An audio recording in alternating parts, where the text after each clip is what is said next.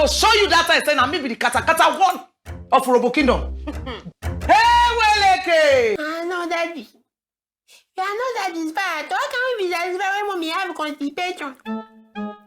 Few shows have left a deeper, more colorful impression on Nigerian television than The Johnsons. With its family-centric storytelling, eccentric characters, and comedy rooted in everyday life, it wasn't just another sitcom, it became a cultural staple. Every evening, families across the country gathered to see the iconic show. But where are these actors now? Let's take a look at the cast of The Johnson and where they are now. At number 11, we have Gaji Samuel. If there's one character who consistently flew under the radar but was somehow always present at the right or hilariously wrong moment, it was the family's night watchman. Gaji Samuel brought to life the gatekeeper with a thick Hausa accent, broken English, and an uncanny ability to sleep through almost anything. Hello, everybody.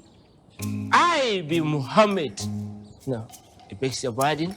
While his character was often portrayed as borderline illiterate and a touch clueless, his comedic timing and expression-heavy acting style gave him a beloved place in the show. Whenever there was chaos in the Johnson household, he was either conveniently unaware or amusingly uninvolved, sometimes wandering into scenes just to utter one or two confusing lines that left everyone laughing. What many fans don't realize is that outside of his sleepy watchman persona, Gaji Samuel is quite a different man. His real name, unknown to many who only recognize him as Muhammad or simply Malam, is still linked closely to the character he played on The Johnsons. Off-screen, however, he doesn't exist in the same comedic bubble. Samuel is a trained professional. Yes, a real one. He studied computer engineering at the National Open University of Nigeria, now a far cry from the illiterate man he plays on TV. Even more surprising is that he's not just academically trained, he's actually a graphic designer and a computer analyst. For someone who's likely more comfortable behind a keyboard than in front of a camera, his performance on The Johnsons was so convincing that it's almost difficult to reconcile both worlds. Gaji keeps a low profile and hasn't been actively involved in many productions since The Johnsons, at least not publicly. At number 10, we have Samuel Ajibala. That thing is very, very bad about our lovely sister. I love it, permission to see the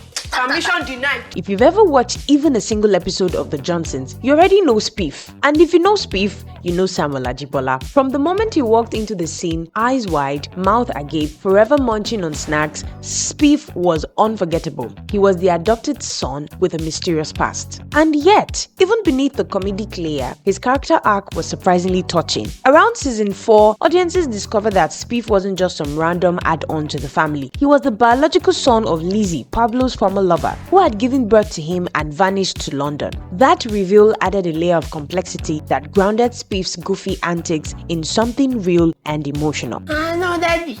You are not satisfied. How can we be satisfied when mommy have constipation?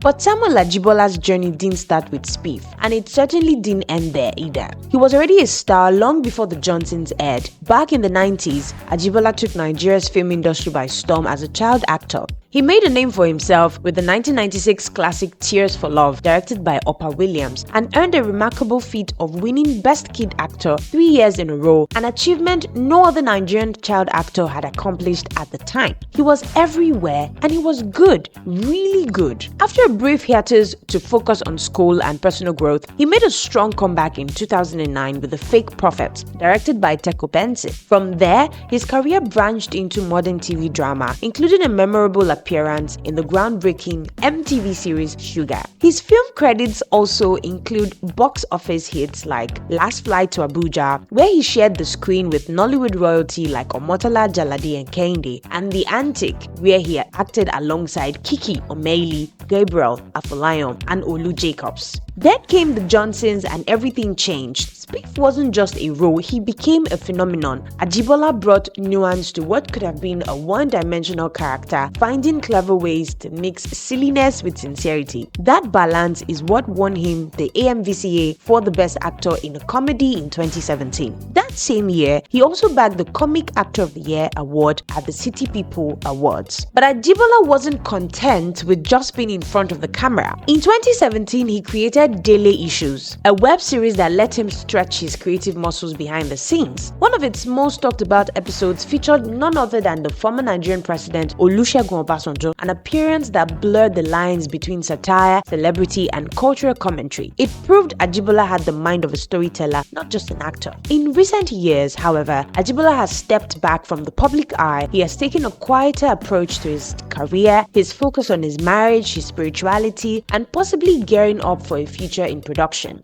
writing, or something even more transformative. At number 9, we have Kunle Bamtefa. There's just no talking about the Johnsons without bringing up the ever-hungry, always scheming character of Pablo, Spiff's father. If you've ever been around a Nigerian uncle who is somehow both charming and endlessly problematic, then you know the kind of energy Kunle Bamtefa brought to this role. A lovable loafer with a knack for sniffing out food and failed get-rich-quick schemes. He was the kind of house guest who showed up with a smile and left with a plate or a bill unpaid. His scenes in the Johnson household were often chaotic in the best way, and every time he appeared on screen, you just knew something ridiculous was about to unfold. But for fans of classic Nollywood sitcoms, Kunle Bamtefa was no newcomer when he stepped into the world of the Johnsons. Long before that, he was already a household name thanks to his legendary role as Chief Fuji in Fuji House of Commotion. Back then, Chief Fuji was a polygamist patriarch of a household full of squabbling wives and children. The show became a cult favorite, and Bamtefa's ability to carry both the comedic and exasperated authority figure persona made him stand out. That same comic timing carried beautifully into the Johnsons, but this time even with more absurdity.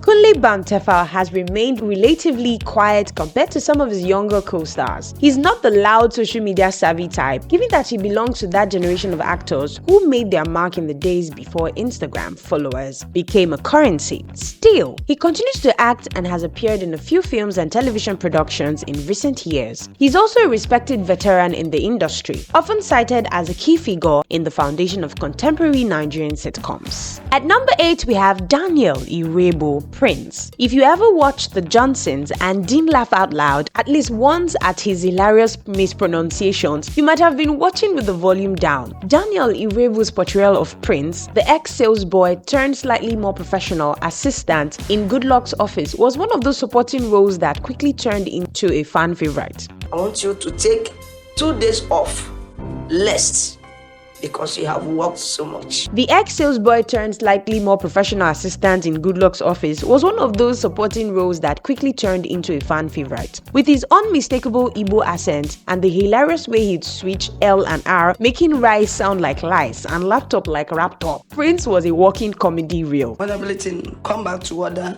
Oga Good Luck would throw a very big party for Sister Jennifer. His business-minded, hustle-driven character was the kind of guy who would try to sell you recharge cards while convincing you he's on a path to owning a conglomerate. But underneath all the jokes was a character that brought a lot of heart to the show. As for Daniel Irebo himself, he's one of those actors who may not have broken into the super A-list, but he carved out a comfortable and respected space for himself in Nollywood. While he hasn't been as visible in mainstream productions post The Johnsons, he's been involved in a mix of local theatre, indie productions, and behind-the-scenes work. At number 7, we have Susan Puajok. It's not every day you see a child actor grow up on screen right before your eyes, and that's exactly what Susan Puajok did on The Johnsons. Me too, Daddy. Please, can you just add 500 naira? Starting at around 11 years old, she played Blessing, the youngest child of the family, and she fit the role perfectly. From her high-pitched complaints to the dramatic meltdowns, Blessing was the spoiled last-born who knew just how to get her way, whether it meant throwing a tantrum or staging a mini escape like when she ran away in season 3 just because she felt her siblings were getting more attention. As the seasons went on, Susan's acting matured, and so did her character. By season 4, the storyline revealed she had been sent to boarding school, and while that created a believable reason for her character's reduced screen time, it also aligned with real-life changes. Susan was growing up, both as a person and as an actress, and it soon became clear she had her sights set on a bigger world beyond on The Johnsons. Since leaving the show, Susan Puok has been incredibly active, proving that her time as Blessing was just the beginning. She has starred in several other films and television projects including Cover Up, Night Raid, Stopping Chloe, Still Bling, and Keeping Lucy. She even appeared on MTV Sugar, one of Africa's most socially impactful drama series. Tackles real-life issues facing African youth, from relationships to health and personal identity. But acting isn't the only lane she's exploring. Susan is also the host of her own podcast called Surviving Lagos, where she interviews young Nigerians and public figures about life, love, hustle, and the chaos that comes with navigating the city's madness. It is smart, witty, and refreshingly honest. Just like her, she's also dipped her toes into the fashion and influencer space, often sharing style content and collaborating with lifestyle brands. If you follow her on social media, you'll see a confident, well-spoken young woman who has successfully transitioned from child star to full-fledged creative entrepreneur, and she's only in her early 20s. At number 6, we have Seun Adebajo Oshigbeson. She played Jennifer, the self-declared first lady of the Johnson family. She was the eldest daughter, constantly feeling superior to her siblings, even when life was clearly humbling her every step of the way. Seun Oshigbeson, her performance was full of humor, heart, and just the right amount of ridiculousness. She had that special ability to play a character who was both endearing and frustrating, someone you'd roll your eyes at but never skip a scene off. In real life, Seun Oshigbeson has grown into more than just the girl we knew from the Johnsons. She actually tied the knot way back in 2012, before the show had even hit its peak. Her marriage to her longtime sweetheart, Pastor Seun Oshigbeson, has remained strong and publicly celebrated. She often shares glimpses into her personal and family life on social media, where she's very active and engaging. Seun eventually stepped away from the Johnsons after several seasons, making the headlines for her departure and leaving fans heartbroken. But she explained it was time for her to move on to other things. And she wasn't lying. Since leaving the show, Seun has taken her platform seriously, becoming a vocal advocate for women, marriage, faith, and purpose. She's a speaker, a mentor, and even runs a ministry that focuses on women's growth and spirituality. Next up, at number 5, we have Bookie Babalola. You probably didn't see her in every episode, but if you remember Miss Adure, Tari's teacher, you'll know Bookie Babalola left her mark. Her character was no-nonsense, straight-talking, and brought a level of composure to the otherwise chaotic Johnson world. But that's just a fraction of what Bookie is capable of. Off-screen, Bookie Adebukunle Babalola is a powerhouse in the media space. Acting was just one aspect of her creative journey. She once starred in Teko Benson's acclaimed film The Verdict, playing Ada, a devout Christian woman caught in a moral web when asked to lie in court to protect her best friend's marriage. That performance alone shows the depth of her acting range. She's not just someone who can play a teacher on a sitcom, she's someone who can carry the emotional weight of a complex character and still leave you thinking days later. But perhaps even more impressive is what Bookie has done outside the film world. She's a media enthusiast in the fullest sense. Over the years, she has worked as a TV presenter, news anchor, producer, and writer. Her hosting credits include shows like Video Wheels, Hits on TV, Shake Down the 90s, and Back in Time with Bookie. At one point, she was the face of TVC News International, anchoring news broadcasts and even interviewing top political figures like former Lagos State Governor Babatunde Raji Fashola. She has had articles featured on CNN's visual storytelling platform, which speaks volumes about the caliber of her journalism. Today, Bookie Babalola is still active in both media and performance, and she has remained a consistent force. Next, at number 4, we have Olumi Dayu. He played the most unserious fine boy of them all, Tari Johnson. Swag overload, constantly trying to impress girls with lies that always backfire. He had dreadlocks, street lingo, a million side hustles, and zero common sense. You have to start putting some respect on my name. When you see me, you call me Odogu. Olumi Dayu brought that character to life in a way that made him feel like the older cousin you could never quite trust but still always wanted around. His comic timing was gold, and even when he was being foolish, you somehow still rooted for him. But outside of the Johnsons, Olumi Dayu has been busy building one of the most quietly impressive careers of his generation. The man is a legit actor, and not just on TV. He started acting when he was 6 years old, which explains the polish in his performances. Before the Johnsons, he was in everyday Everyday People, The Men in Her Life, Stolen Waters, and New Song. And then came MTV Sugar, where he played Weki in season 3 and 4. A dramatic shift from Tari, Sugar was deep, raw, and focused on youth and sexual health, and Olumi Dayu handled this role with serious maturity. He's also a presenter and a bit of a fashion icon among Gen Z Nigerians. In 2012, he won Mr. Popularity at the Model of Africa contest, and that same confidence translated into more Screen Awards, Nollywood Revelation of the Year at the Scream Awards in 2014, Most Promising Youth Actor at the Ping Awards also in 2014, and a well-earned Best Supporting Actor win at the 2016 AMVCA for A Soldier's Story. More recently, Olumi Dayu has dipped his toes into politics. In 2023, he made headlines for contesting a seat in the Lagos State House of Assembly under the Labour Party. That's a serious leap from TV swag boy to real-life policymaker, and it just shows how much he's evolved. Right now, Olumi Dayu continues to act in movies and series, but also works in political and social projects. He's not just growing up, he's growing outward, expanding in directions people didn't expect, and doing it with grace. At number 3, we have Ada Ame. There's no talking about the Johnsons without starting with the true heart of the household, Emwakpo Johnson, fondly called Emo. Ada Ame embodied this role so effortlessly, it felt like she wasn't acting, she was just being herself. She was the mother of the family, loud, impulsive, sometimes hilariously off-mark with her grammar. I go show you that I say na me be the kata one of Robo Kingdom. Hey, Weleke! But you could never question her loyalty or her love. She was the one who kept the home running, often doing the heavy lifting emotionally and domestically. Despite the show's comic tone, Ada brought depth to Emo. In the earlier seasons, her character was often brushed aside or not taken seriously due to her lack of formal education. My! All the thing you are talk, I want it.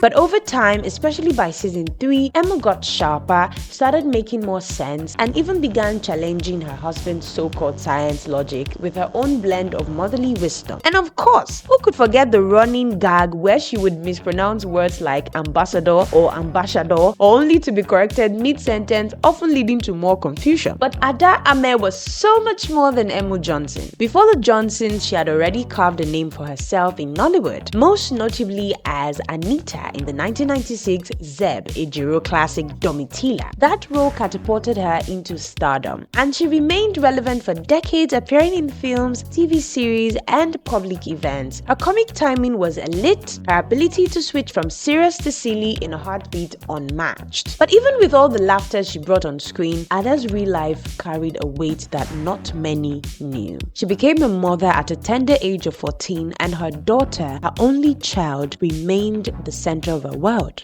Tragically, that daughter passed away in 2020. Ada never fully recovered from that loss. She was open about her mental health struggles, speaking candidly about the pain, depression, and trauma she was battling. I had depression, max depression. I've been depressed for some years, and it became very worse when I lost my daughter. She became an unexpected advocate for mental health awareness in Nigeria, a country that often dismisses or stigmatizes emotional vulnerability. In July 2022, just when fans thought she might finally be turning a corner emotionally, tragedy struck again. Ada collapsed while visiting Warri and passed away at the age of 48. It felt like a personal loss to many Nigerians. She had become part of our homes. The Actors Guild of Nigeria honored her with a tribute on August 18, 2022, and she was laid to rest in Utukpo, Benue State. Next, at number 2, we have Chinedu Ekadz. He played Efe Johnson, the narrator, the philosopher, the small but mighty king of the Johnsons household. Efe, played by Chinedu Ekadz, was the eldest child of the family and the voice of reason, even when no one else in the house was willing to listen. He was intelligent, painfully articulate, often deploying big grammar to humble his siblings and parents alike. He hated being patronized, especially when people made jokes about his height. But in terms of charisma and leadership, he was always head and shoulders above the rest.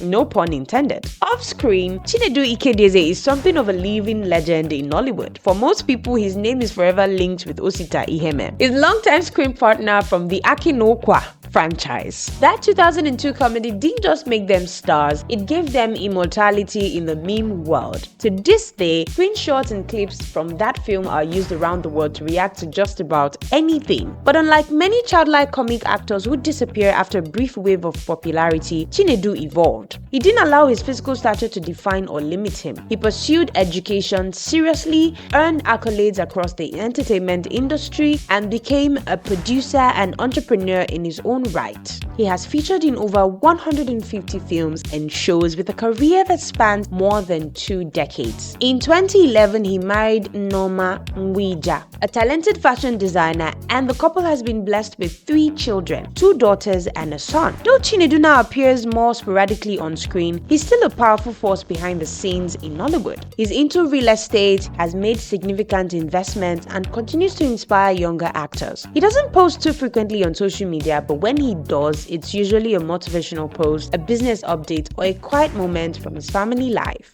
At number 1, we have Charles Inojie. Once they just notice that I have one small cash that I want to use for something else, they'll bring one bill. He's the man with the big words and the tight wallet, the patriarch of the family. He played Lucky Johnson. Henceforth, I wish to be known and addressed as Evangelist Lucky Johnson. And he was not your typical sitcom father. He was dramatic, full of high-sounding vocabulary that often left his wife and kids completely baffled, and was always finding the cheapest way out of every situation, even if it made things worse. But despite all his ridiculousness, Lucky had a heart. He loved his family, and Charles Inojie brought such richness and depth to the role that even in the midst of his comedic moments, you could see a man trying, often failing, but always trying. Charles's real-life journey into acting started way before the Johnsons made him a household name. He grew up performing in local theatre productions and eventually enrolled at Bode Oshoyin's Writers Resort, where he earned a certificate in dramatic arts. From there, he attended the University of Port Harcourt, graduating in 1999, and then moved to Lagos, where his career really took off. He didn't just stick to acting. Charles became an assistant director under veteran filmmaker Lancelot Imashoen, and eventually transitioned into directing and producing himself. In 2016, his peers recognized his leadership and influence by electing him president of the Screenwriters Guild of Nigeria. Beyond the screen, Charles is a family man, married with 2 kids. He shares